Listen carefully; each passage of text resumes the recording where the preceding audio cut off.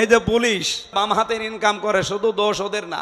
আমরা কোরআনে কারিমকে এবার যদি সত্যি জায়গা মতো নিয়ে যেতে পারি, সর্বপ্রথম হাত দেওয়া হবে এই দেশের প্রশাসনে। ওদের প্রথম কাজ হবে ওরা মেনে চলবে ওদের আইজির কমান্ড। বাংলাদেশে কোনো নেতা খেতা কোনো নেত্রীর কথা ওদের শোনা লাগবে না। 2 নম্বরে 8 ঘন্টা ডিউটির পরে যেই কয় ঘন্টা ওরা ডিউটি করে জনগণের জন্য, ওভার টাইম হিসাবে মাস শেষে বেতন দেওয়া লাগবে। 3 নম্বরে এই যে আজ নাটোর নলডাঙ্গা থানা থেকে এটা কয় কিলো জানি না আমি, কয় কিলো, 4 কিলো, এই 4-4-8 কিলো পথ ওরা এখানে এসেছে, এখানে থাকবে সারাদিন। মনে করেন সে দুপুরবেলা এসে এগুলো দেখছে, ওদের খাবার দাবার নাস্তা, এরপরে এই যাওয়া আসার যে বিল, এগুলো কিন্তু ওদের নিজেদের পকেটের টাকা।